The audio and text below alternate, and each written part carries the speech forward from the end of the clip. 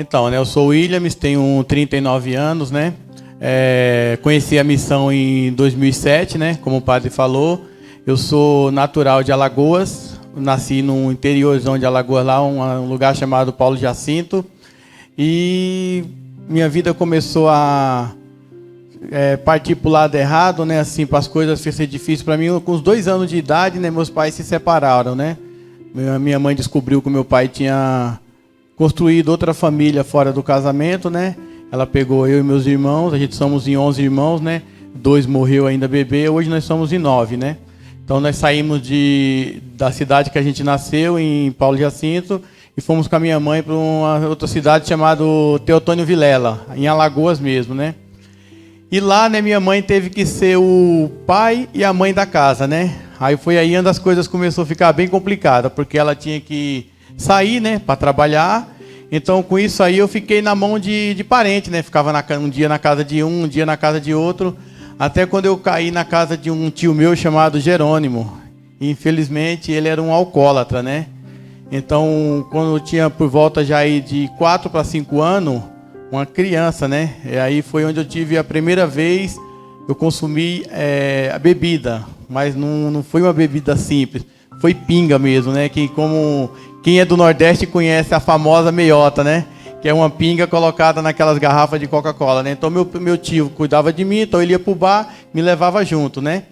E com 4 para 5 anos de idade eu comecei a consumir o álcool, né? Então o álcool entrou na minha vida muito cedo mesmo, né? Aquele tempo lá o pessoal achava bonito ver uma criança de 5 anos tomando pinga, tomando cerveja, aquilo ali virava até festa dentro do bar, né? Aí quando eu não demorava para cair, né? A criança ainda, eu colocava no colo e levava eu para casa, né? Aí quando minha mãe chegava à noite era aquela confusão, né? Isso aí durou um tempo, né? Bastante tempo. Aí depois eu fui morar na casa do meu cunhado, né? Eu e minha mãe fomos morar na casa do meu cunhado, que é marido da minha irmã. Aí as coisas começaram a ficar um pouco mais complicado, porque esse cunhado meu, ele vivia da vida errada, né? Como no Nordeste também o pessoal conhece, era um pistoleiro. Vivia trabalhava para prefeito, para matar as pessoas. Vocês sabem muito bem o que eu quero dizer nesse sentido. E eu fiquei muito tempo, né, morando com ele, acredito com uns 2 anos, lá no Nordeste ainda morando com ele, né? Até quando chegou uma época que ele se envolveu numa coisa bem complicada mesmo, nós tivemos que sair corrido de lá, né, do Nordeste, e viemos para São Paulo. E em São Paulo eu caí ali no bairro do Parque do Lago, ali na Zona Sul, né? Para quem conhece ali Jardim Ângela, Capão Redondo, é tudo a mesma região, né? E quando eu cheguei nesse tempo lá no Jardim Ângela, ali no bairro Parque do Lago, era um tempo muito difícil, né? Como o padre comentou, né? O padre era pároco lá no Santa Júlia, naquela área ali de Bugaçu. Era uma coisa assim, era uma terra sem dono. Era uma terra sem dono, né? Hoje, todo mundo sabe, hoje existe facções. Antigamente não, antigamente era gangues. Um que roubava banco, o outro que mexia com drogas, só que não era uma união, né? Tudo era uma guerra. E nesse meio estavam os pé de pato, né? Que todo mundo conhece, justiceiro, essas coisas, né? Que a área deles era ali mais pro lado do Santa Júlia. Eles ficavam Santa Júlia, um pouco do Jacira ali. E nessa época eu comecei a trabalhar num salão de festa que ficava no Parque do Lago, chamado Pingo d'Água. Eu trabalhava clandestino, né? Como eu era de menor, ficava lá, recolhia as garrafas na mesa, levava a porção, ajudava, né? Tipo, era explorado. Que era um moleque lá, né? O dono do bar dava ali uma merreca ali para poder não pagar um garçom, né? E ele falava, chegar a fiscalização, você corre só para a caixa d'água e se esconde lá, né? Que eu era de menor. E nesse tempo, tinha uma galera que frequentava esse bar, esse salão Pingo d'Água, que eu comecei a olhar diferente para essas pessoas, né? Porque eles chegavam com um tênis que naquela época ou você era ladrão ou você era rico para ter um tênis daquele, né? Então tênis, a calça, e você via que aquelas mulheradas rodeavam, eles eram adorados ali naquele lugar ali, né? E eu falei assim, nossa, eu comecei a me informar quem eram aquelas pessoas, né? Aí falaram, os meninos lá do Capela, do Jacira. Falei, mas eles fazem o quê? Falei assim, é tudo banco, filho. Isso aí é tudo ladrão de banco, né? Rouba banco. Quem é da Zona Sul também, do passado, deve ouvir no Boy, que ficou, tem até hoje o bairro lá no Capela, Padaria do Boy, né? Que era um dos traficantes bem conhecido na região ali do Capela, Calu, Jacira, Santa Júlia, Jardim dos Reis, tudo ali, né? E eu falava, nossa, meu, eu quero ser que nem esses caras, né? Olha lá, os caras têm umas motonas, os caras têm carro, tem roupa de marca, tem dinheiro, tem tudo, então eu quero ser que nem eles, né? Quero viver o que eles vivem, né? E para mim foi fácil de entrar, né? Porque eu já tinha aquelas coisas ruins que tinha acontecido comigo, então para mim aquilo ia ser um a mais, né? Como todos, comecei como um largato, né? Faz um favor para um, dá um recado para o outro, esconde uma arma em casa, leva uma droga para ali, né? E aí foi e acabei entrando nesse mundo, né? Entrando nesse mundo. Eu deveria ter, nesse tempo, meus 16 anos. Foi quando eu comecei também, que eu conheci a cocaína. E comecei a fazer o uso da droga, e aí roubava. Tudo que vocês imaginem de coisa ruim, eu estava envolvido no meio ali, né? Quando eu fiz 18 anos, o meu irmão, já desesperado, sem saber o que fazer, né? Para poder tirar eu daquela vida, ele até hoje, graças a Deus, ele é gerente de posto, né? Quando eu fiz 18 anos, ele falou assim, ó, eu vou arrumar um trampo para você, entendeu? Para ver se você larga essa vida louca aí, né? Então, quando eu fiz 18 anos, ele arrumou um trampo para mim em posto de gasolina. Aí eu fiquei, acredito que uns 2 meses, perto da Ana Cacilda morava, né? Tem um posto de gasolina que é no Jardim Ângela mesmo. Aí o meu supervisor, que também não está mais conosco mais também, que foi assassinado, ele chegou e falou para mim assim, tem um posto que está precisando lá na estrada da Alvarenga, para trabalhar à noite. Você quer ir? Eu falava, quero, né? Porque quem está à noite tinha um adicional noturno, né? Então você ganhava um dinheirinho a mais, né? Eu peguei e aceitei ir para esse posto de gasolina. Porém, aí foi onde a minha vida virou mesmo assim de cabeça para baixo. Porque até essa época, o bairro nosso não tinha chegado ainda o crime organizado, estava começando, né, o PCC. Porém, ali para o lado da Alvarenga, Diadema, por ali, já é bem forte mesmo. Então, quando eu cheguei nesse posto, que eu comecei a trabalhar, um pouco começou. Esse posto ele é na entrada mesmo da favela do Arrebento. Para quem é daquela região ali da Alvarenga, tem a favela do Arrebento, Jardim Apurá, Pantanal. E esse posto, ele era na entrada mesmo. Para você entrar para a favela de carro, você tinha que passar por dentro do posto. Ou os polícias deixavam as barcas e desciam as vielas correndo. Aí o que acontece? Como eu comecei a pegar amizade com os caras falaram, olha, William, quando a viatura entrar, você dá um toque pra gente. Aí eu comecei a pegar amizade com ele. Na hora que invadia a favela, eu falava, os polícias estão invadindo. Aí eu pegava e avisava, né? Só que eu não sei, com certeza deve ser polícia envolvida. Eles descobriram que eu é que dava o toque quando a viatura chegava, né? Então um dia à noite lá, foi umas 3, 4 barcas lá da Força Tática, me levaram lá, falou assim, quem que é o irresponsável do dono desse posto que deixa um sem vergonha que nem você, que desde ser do lado das polícias, fica aí com esses traficantes aí, você que fica avisando, nós sabemos que você avisa quando as viaturas entram, né? Aí começou a dar esse rolo lá, né? Os donos do posto descobriram que eu estava envolvido e falaram com meu irmão, aí deu aquela confusão dentro da família e acabei sendo mandado embora, né?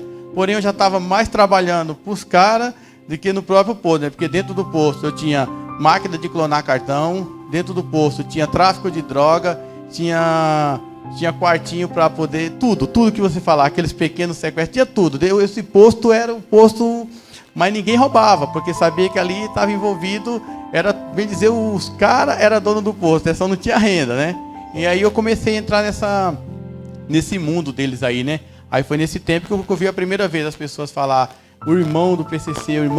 Eu falei, o que é o PCC? Aí comecei a entender, aí foi logo em seguida eles vieram, conheci, e mais uma vez entrei no mundo de ilusão. Eu falei, nossa, mano, é da hora ser esses caras aí. Aí, mais uma vez, se enfiei no mundo do PCC. Não fui, deixando claro, né? Não fui irmão do PCC, fui, como no passado chamava, fui primo leal, né? Fui primo leal, vivia ali na favela do Arrebento. Aí ficava da favela do Arrebento, Apurá, Guacuri e Eldorado. Aí tem essas biqueiras que eu fiquei responsável de eu fazer o quê? Fazia abastecimento, recolhia o dinheiro e fazia depósito em contas. E aí fiquei, acredito que de 3 a 4 anos, né?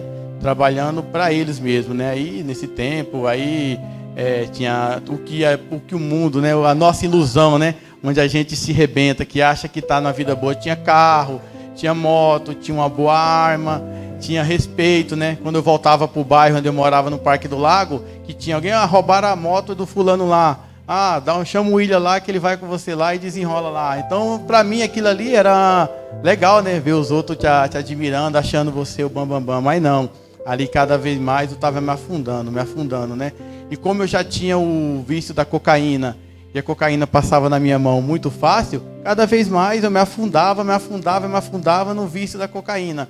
Até que depois de 3 anos e meio que eu estava aí nessa vida, eu lembro que chegou um dos responsáveis, né, sem citar o nome das pessoas, chegou e me deu, eu acredito que eram umas 350, 400 gramas de cocaína, e falou para mim, essa daqui você vai trabalhar, vai passar em tal biqueira, e esse dinheiro aqui, ele vai pro velhinho, vai lá pro velhinho lá naquela conta dele, que esse irmão estava preso, né, o nome dele era, o apelido dele é Velhinho, no mundo do crime.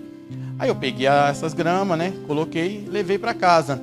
Só que nesse tempo assim, eu acho que a minha irmã estava desempregada e não dava para fazer esse trampo dentro de casa. Aí tinha um amigo meu lá que chamava Júnior.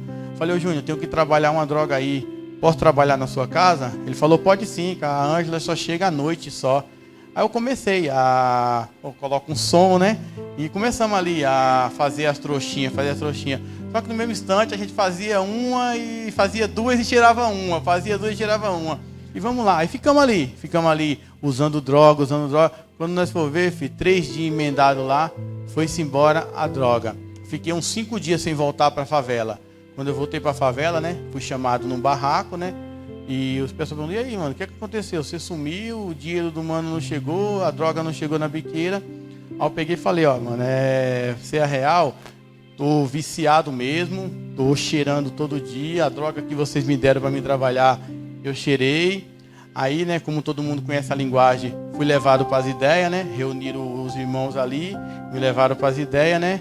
E o meu julgamento, fui julgado em quê? Em pagar e depois meter o pé, né? Falou assim, você tá a milhão, então procura outra coisa para você fazer aí, né? Porque você sabe, aqui se você continuar aqui, você sabe que o seu fim a gente vai ter que te matar, né, mano? Porque você vai começar a usar, não vai conseguir pagar. Aí desse tempo reuniu a família, esse mesmo meu irmão que é gerente do posto, cada um fizemos uma vaquinha lá e conseguimos arrecadar esse dinheiro e eu paguei pros caras, né? E na hora os caras falaram, então, irmão, você tá brecado, entendeu? Você tá brecado, você não vai viver mais do crime, não vai viver mais do tráfico e mete o pé. Aí eu voltei pro Parque do Lago, né? E fiquei ali, né? Aí voltei a trabalhar de cobrador de perua, né? Ficava ali trabalhando nas peruas, ganhando uns trocados ali.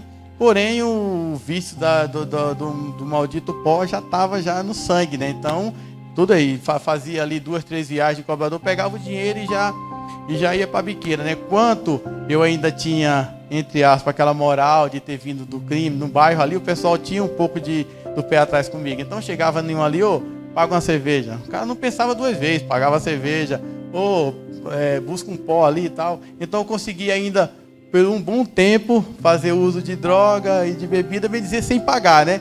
Pelo que eu tinha feito na vida errada, o pessoal tinha um medo, tinha um receio comigo, né? Porém, chegou um tempo que eu já não conseguia mais me manter na cocaína. Aí que foi que eu fiz?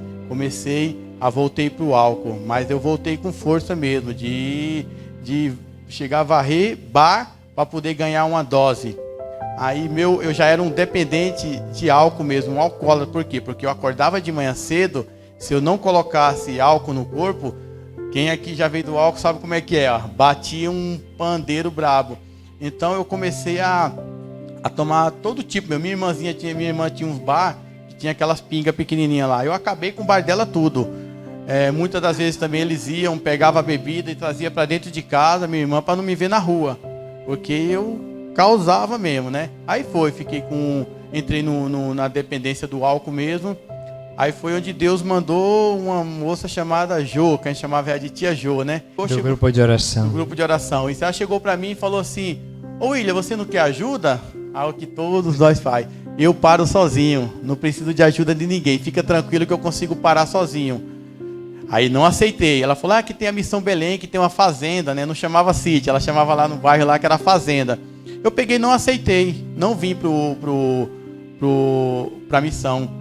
Aí passou mais um mês e eu me afundando mesmo, assim, de ter amigos me pegar no braço, outro do lado assim, levar para casa, que eu não tinha nem condições de chegar em casa. É o tanto que eu ficava bêbado 4, 5 vezes por dia, né? Aí foi até que um dia eu cheguei na Jô e falei assim, Jô, você me leva para essa fazenda? Eu vou aceitar. Ela pegou, então, domingo a gente vai para lá. Aí eu peguei, juntei minhas coisas lá e vim, que é o sítio da Araceli, em Rio Grande da Serra. Quando eu entrei em Rio Grande da Serra, eu só fiquei porque eu não tinha condições de voltar. Porque era um monte de gente, todo mundo louco. Eu falei, mas eu vim aqui para sarar. E era um que, desse tempo, tava aquela música, Restitui, eu quero de volta. Aí tinha um na frente do som, assim, descalço, que era o finado Breno. Eu falei, vixe, aqui só tem doido, né? Aí eu falei, mas... Aí o pessoal, minha irmã falou assim, não, deixa ele aí, ele não tem condições de voltar sozinho. Eu tinha que ajuda. Só que naquele mesmo dia eu fiquei uma coisa assim que me tocou muito. Na hora da refeição eu não tinha condições de comer, porque eu tremia igual vara verde mesmo. E um irmão veio e me ajudou a me alimentar. Eu falei assim, eu falei assim, nossa senhora, o cara nem me conhece, cheguei hoje e o cara tá me dando comida, né? E uma coisa assim que eu estranhei também, que todo mundo queria abraçar, né? E na vida que eu levava, negócio de homem abraçar homem, não era uma coisa assim que, não, mano, vai abraçar eu? Isso aí foi um...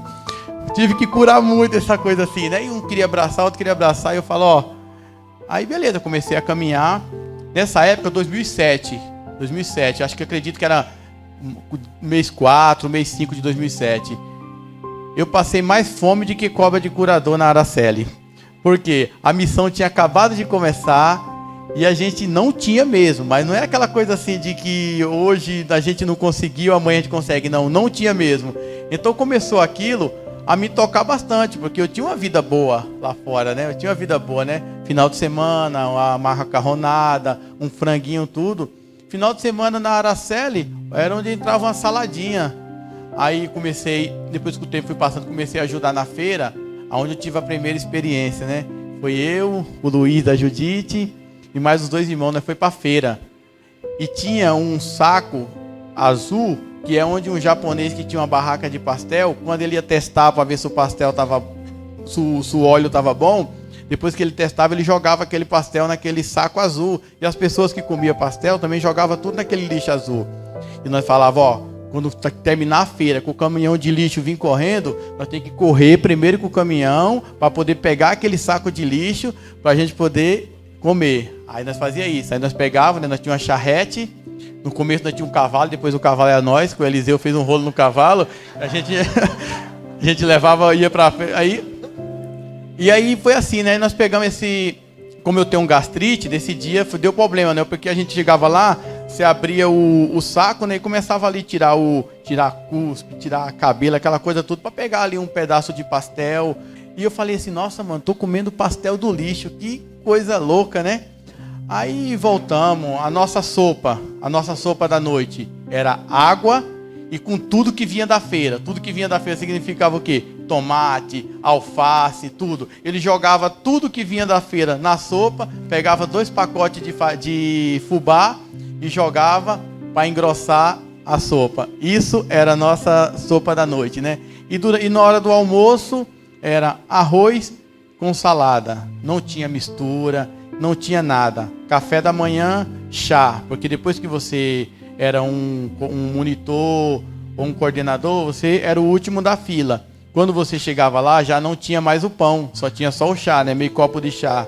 E 3 horas da tarde, fubá com água. Sem sal e sem açúcar. Era fubá com água, né? Então foi muito dolorido aquele tempo assim, né? A pobreza era muito grande mesmo. Mas o que é que eu tiro de bom nisso? O nosso espiritual, um cuidar do outro, era muito gostoso. A Araceli mesmo, eu saía de Araceli para fazer retiro lá em São Miguel Arcanjo, todo mundo dentro do metrô, e o nosso finado fazia isso lá, louvando lá, era muito bom, né? Fiquei 9 meses na Araceli, 9 meses. A Cacilda perguntou se eu queria fazer uma experiência na Casa das Crianças, Casa Nazaré. Aí fui para Casa Nazaré E comecei a fazer uma experiência lá com as crianças, né? Foi muito bom mesmo, porque era tudo as molecadas que saía da FEBEM, manda para abrir São Belém, para Casa Nazaré. Então os moleques aterrorizavam mesmo. Terrorizava a Casa Nazaré, né? A gente era um tempo muito de sacrifício também, porque nós acordava 5h30 da manhã, ia dormir 11 horas. Aí 11 horas da noite, a Luciana, que está aqui, ela falava reunião. Aí nós ia fazer uma reunião lá de como foi o dia. E aí fiquei nessa casa aí. Aí apareceu a casa de Itapecerica da Serra. Isso eu já estava com, acredito que 1 ano e 7 meses, 1 ano e 8 meses na missão. Aí quando a gente abriu a casa de Itapecerica da Serra, que era a casa da Nazaré 2, né? Porque já tinha chegado muitas crianças e a casa da Nazaré já não comportava mais. Aí eu fui pra casa aí a gente inauguramos Itapecerica da Serra. Só que Itapecerica da Serra é do lado onde eu me criei, ali no Capão Redondo. Aí eu liguei pro meu irmão, falei, dá uma oportunidade aí, arruma mais um trampo no posto aí. Aí ele falou, beleza, vou te dar mais uma chance. Aí eu falei desse tempo, a Glória era uma das coordenadoras das crianças. Falei, tia Glória, eu vou embora. Mas meu filho, você vai abandonar? Eu falei, tia, eu vou trampar. Aí falei assim, aí meu irmão foi assim, saiu uma vaga pra você aqui, no posto aqui perto da Itapecerica, no Royal Park. Aí eu falei, beleza. Aí eu fui trampar, deixei lá as crianças lá e fui trabalhar. E fiquei trabalhando. Só que nessa saída minha para ir trabalhar, ficou uma coisa muito forte que eu nunca tinha sentido. Porque eu voltei para trabalhar, eu não estava usando droga, eu tinha meu trabalho, nesse tempo já tinha conquistado uma motinha, não estava usando droga, não estava bebendo, eu tinha tudo. Só que eu era a pessoa mais triste do mundo. Eu saía do trabalho, eu entrava das 6 e saía às 2. Quando eu chegava em casa por 2h30, 3 horas da tarde. Que eu trabalhava ali em Itapecerica e morava no Vila Gilda. Nesse tempo eu já estava no Vila Gilda. Só que quando eu chegava em casa, era aquela angústia assim. Eu não era feliz. Nada mesmo, né? Ia ali, encontrava um ali, conversava com outro, ia na rua, encontrava um amigo, mas eu não era uma pessoa feliz. Só que até aí eu não sabia o porquê que eu era triste, que eu estava angustiado daquele jeito. Só que aí foi passando o tempo. Só que cada vez que eu me afastei, né? Até quando eu voltei, eu estava indo na missa, eu levei o diário espiritual, fazia o diário em casa, tudo, mesmo trabalhando, fazia o diário. Só que teve um tempo que eu larguei. Parei de ir na missa e larguei o diário espiritual. Só que é com uma coisa me cobrando. Até que um dia, foi a cobrança assim que eu falei assim, meu pai, só pode ser Deus falando. Tinha um amigo meu que ele tinha tirado a vida de uma pessoa e ele pegou 8 anos de ponta, né? E ele saiu da cadeia nesse tempo que eu estava trabalhando. Aí o pessoal falou assim, o Magrão saiu da cadeia, tá lá na favela lá. Aí eu peguei minha moto, passei na boca de fumo, peguei 2 pinos e levei lá e falei para ele assim, aí mano, saiu, trocamos aquela ideia, um presentinho para você. Entreguei para ele aquele. Eu não estava usando droga e não estava bebendo. E fiz isso. Quando eu chego em casa, quando eu encosto a moto, que eu deito, mas deu uma dor de cabeça, uma coisa assim. Aquela que uma pessoa diz, você tá maluco? O que é que você acabou de fazer? Sabe? Como tinha uma pessoa falando com você ali, e aquela mágoa no coração por ter feito aquilo. Eu me senti mal por ter feito aquela situação. E começar aquelas coisas. Outra também, nesse tempo, eu arrumei um enroscozinho pro lado do Jardim Ângela. E essa menina que eu namorei, ela trabalhava ali pro lado da menininha. Então, quando ela saía por volta de umas 7 horas. Quando eu passava para ir buscar ela, eu passava de frente da igreja onde estava começando a missa. Então eu olhava que eu não fui para a missa e estava indo para o pecado. E aí, de novo, aquela coisa vinha me cobrando. Então, tudo que eu começava a fazer, que eu fazia de errado, vinha aquela coisa. E eu não conseguia saber o que era aquela cobrança, o que era aquela coisa. Até que passou o tempo, já estava completando 2 anos. 2 anos na missão e 2 anos lá fora. Sem droga, sem nada. Aí o inimigo de novo me colocou os caras no caminho. Estava lá no posto trabalhando. Chegou um cara, falou, e aí, conheci ele, ouvi falar de você já, tal. Vim fazer uma proposta para você. Eu falei, fala aí. Ele falou assim, eu sou do 71, né? Trabalho com cartão clonado. Eu queria ver se não dá pra gente montar umas maquininhas aqui. Aí você vai ganhar tanto. Eu já não tinha mais nada no coração, já tinha esquecido. Falei assim, vamos lá. De novo, mais uma vez, entrei na vida errada. Começamos lá, passar cartão no posto, foi. A civil foi, bateu, procurando lá quem estava envolvido. Aí eu corri, vim procurar o padre na Nazaré. Encontrei o padre na Nazaré, perguntei assim, onde é que o padre estava? Perguntei para o Luiz e para a Judite, onde é que o padre estava? Aí você, o padre hoje ia celebrar na Nazaré, que ia ter uma missa lá. Procurei na Nazaré, conversei um pouco com ele. Aí ele falou assim, sim, meu filho, faça o seguinte, você quer que você tenha ainda? Eu falei, padre, tem uma moto velha e um carro cheio de multa, tudo assim. Ele falou assim, venda essas coisas e volte para a missão. Só que nesse tempo dos cartão, como eu tinha facilidade de fazer dinheiro, eu comecei a pegar muito dinheiro emprestado com a agiota para curtir. Entende? Eu não usava, voltando, eu não estava usando droga e não estava bebendo. Porém, a vida que eu estava levando, eu comecei a pegar dinheiro com a agiota. Só que quando a casa caiu no posto, eu não tive como pagar o agiota. Aí eu vim falar com o padre, padre, pelo amor de Deus, me ajuda. Ele falou assim, venda o que tem e volta. Só que se eu fizesse isso, o meu carro e minha moto não valia as dívidas que eu tinha. Aí eu fiquei com medo da família, né? Aí eu peguei e voltei. E tinha um cara lá, um agiota, que a minha dívida é maior com ele. Aí ele falou assim, faz o seguinte, vem pra cá, você me deve X. Eu pago pra você X e desconto X. E você vai começar a trabalhar pra mim. Só que trabalhar pra esse cara era tirar a vida dos outros. O cara tava devendo, tinha que cobrar. Até quando a gente veio cobrar um rapaz aqui, que trabalhava com contraversão aqui na Vila dos Remédios. Ele já tinha tomado desse rapaz sítio, carro, tudo. Esse rapaz tinha uma dívida muito grande, um senhor de idade. Aí ele falou pra mim assim, esse agiota, finado também, Belmonte. Ele falou assim, esse homem aqui tá me devendo, ele não vai conseguir pagar toda a dívida. Já tomei sítio, já tomei tudo. Vou dar mais uma lapada, né? Vou tomar mais alguma coisa dele e depois você vai ter que dar um jeitinho nele, né? Eu estava na porta do estabelecimento e esse homem passou. Ele olhou pra minha cara assim, o meu olhar bateu com o dele. Eu senti dó daquele homem, eu senti dó, aquela coisa assim, a amargura no coração. Aí eu peguei e liguei pro meu irmão. Eu falei, Léo, tô com uma dívida aí, tô fazendo um monte de coisa errada aqui para poder pagar a dívida com a agiota, eu não aguento isso mais. Aí ele falou assim, volta pra missão que eu desenrolo a sua dívida aqui fora. Aí eu falei, beleza. Aí fomos lá, sentamos todo mundo lá, negociamos. Aí fui na casa do Luiz e da Judite, eles me trouxeram de novo para a Araceli. Aí cheguei na Araceli, lá, fui acolhido de novo, né? Os primeiros dias, aquela coisa assim, né? Da volta, tudo. 5 dias depois, aquela alegria que eu não tinha, voltou. Nossa, era feliz assim, a tardezinha jogando uma bola com os meninos, ia acolhendo os irmãos, tudo. Aquela coisa assim, eu falei, nossa, meu, que gostoso, que alegria, né? Até quando eu encontrei o Gilson e partilhei com ele isso. Ele falou, isso se chama vocação, meu filho. Isso chama vocação. Deus está te chamando para cá. Sua vocação é viver aqui com a gente. É estar aqui com a gente, né? Eu não tinha essa profundidade de entender o que era isso, né? Aí fui passando. Quando foi com 4, 5 meses, o Eliseu me convidou a vir dirigir na casa dos vozinhos.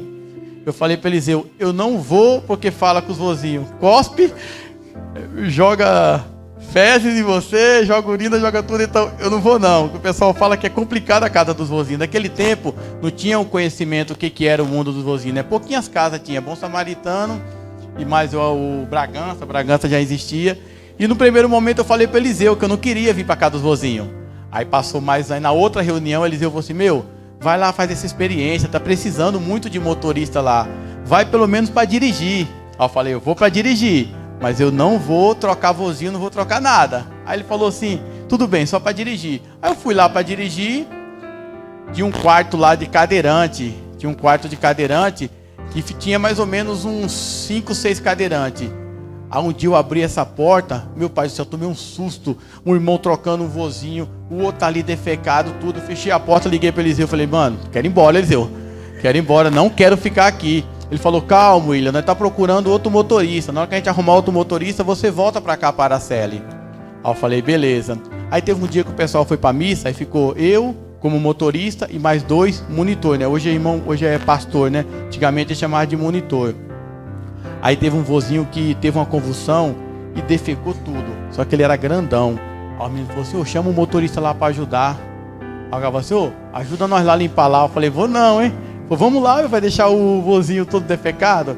Aí eu fui na cozinha, peguei 2 sacolas, coloquei sacola no braço, sacola no pé, coloquei uma toalha no nariz, tudo. E fui lá, né? Ajudei a dar banho naquele vozinho, ajudei tudo. Só que depois eu olhei o vozinho assim, arrumado, tudo dado banho assim. Eu senti uma coisa muito forte assim, né?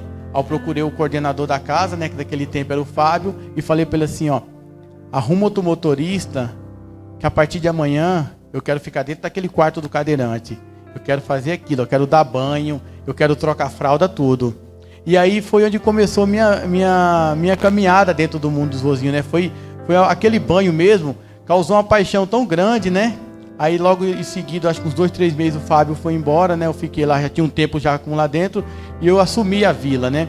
E minha laboterapia todo dia de manhã cedo era ir para o quarto dos cadeirantes e ajudar a dar banho. E era um amor muito grande, né? Desse tempo a missionária Karen, que ajudava lá. E a Karen falava, William, nós tem que abrir casa de vozinho. Eu falava, você é doido, cara, você é doido, tenho medo. Porque nós só tinha a Bom Samaritano. Eu falei, olha o tanto de idoso na rua morrendo. Vamos abrir, vamos abrir. Mas hoje eu senti um medo muito grande de não conseguir, né? Porque a Bom Samaritano já estava tudo estabilizado, tudo bonitinho. Eu estava na minha área de conforto, né? E ela, não, William, vamos abrir, vamos abrir. Aí, graças a Deus, a gente pedindo muito a Deus, rezando, começamos a correr atrás, né? Aí desse tempo saiu a Casa de Suzano, saiu a Gave, saiu aqui no centro, aqui saiu a Santa Giana. Só sei que a gente saiu Ribeirão Pires lá com o Peter lá. Sei que a gente conseguimos abrir mais ou menos aí umas 10 casas de vozinho, né? Falei, não, foi uma graça muito grande, né? E nessa época também, né, foi onde eu conheci também a Adriana, né? Que acredito que era mais ou menos. Pode vir aqui, Adriana Diogo e Maria e também aqui na frente, Maria Esther aqui, junto com seu pai. Então, aí nessa época aí, o padre pegou e ligou, acho que eram umas 11 horas da noite. Ele falou, William, tem um vozinho que tá jogado lá no pátio do colégio. Tem uma missionária lá esperando, pega a perua e vai lá buscar esse vozinho. Aí foi eu e o Cezão. Aí quando nós chegou lá, era a Adriana que estava lá, né? Ela estava fazendo uma experiência de vocação, né? De 1 ano, né? Dando um ano para Deus para decidir a sua vocação, né? E quando eu cheguei lá, né? Costei a perua, aí o vozinho estava lá deitado lá, todo defecado, já estava mais de 20 dias no mesmo lugar, Antônio Manuel. Aí eu falei assim, vamos, senhor, ela falou o nome dele, falou, vamos? Aí ele falou assim, não vou não. Aí eu falei para ela assim, ele não quer ir. Ela falou, que não quer ir, meu? Coloca ele. Ela falou, tipo, foi brava comigo. Eu olhei assim, eu falei, vixe. Mas eu falei assim, mas ele não quer ir. Ela falou assim, meu filho, ele tá aqui, ó. Como é, ele tá 30 dias aqui. Como é que ele não vai querer ir por vontade própria? Pega ele, coloca dentro da perua, leva, dá banho e vai cuidar do homem. Aí eu falei pro César, missionária forgada. Mas naquele dia ali eu senti alguma coisa assim bem diferente, né? Porém, né, o que acontece assim, né? Eu sabia, né, já conhecia bastante a missão, sabia que ela tinha dado 1 ano para Deus. Então naquele ano ali, ela estava decidindo a sua vocação, né? Faltava, acredito, uns 7 meses, né? Eu fiquei ali 7 meses esperando, ninguém sabia, eu não falava para ninguém, só eu e Deus que sabia que eu gostava dela, né? Porque eu falei, se eu for falar para ela, vou deixar a cabeça da menina confusa, né? E fui lá, só falava para Deus direto, manda para mim. Até quando quando ela completou 1 ano, né? Ela sentou com o padre Gilson e o padre Gilson falou, então, Adriana, vamos fechar então para o matrimônio, né? Então, aí eu encontrei com o Gilson, se alguém, eu falei, aí, eu chamava ela de japonesinha, né? Que ela tem os olhos puxados, falei assim, e a japinha lá? Aí o Gilson falou assim, então, ela vai fechar pro casamento. Eu falei, agora eu vou ao ataque, né? Aí a gente começou a aproximar dela, né? Nesse tempo que ela saiu que ela terminou o ano que ela tinha dado para Deus, né? Que é como fosse uma escola de missão hoje, né? Porque antigamente era direto no barraco, né? Hoje tem a escola de missão.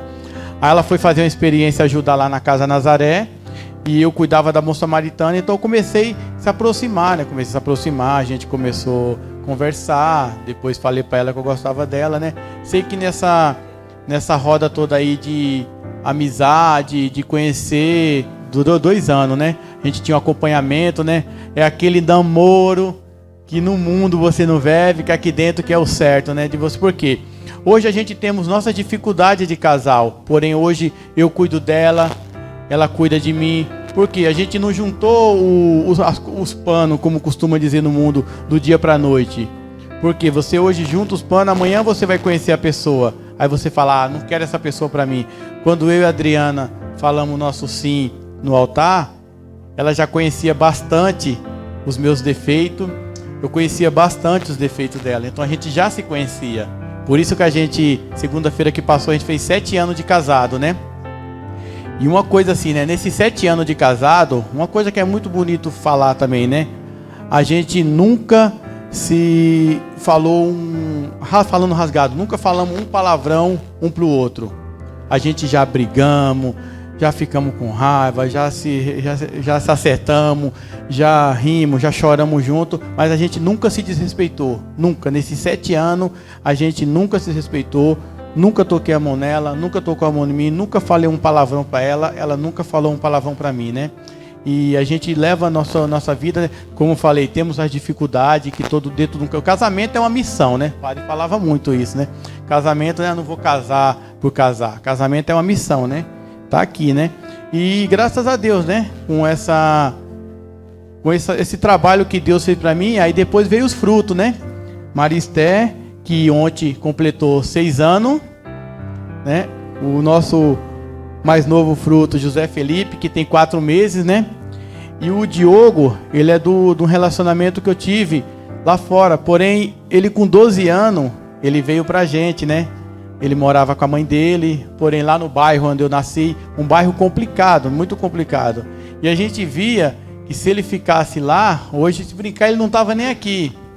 Aí a Adriana acolheu ele como um filho que não saiu do ventre dela, mas é um filho dela. E hoje ele está, no próximo mês ele faz 17 anos, e veio morar com a gente com 12, vai fazer 17, né?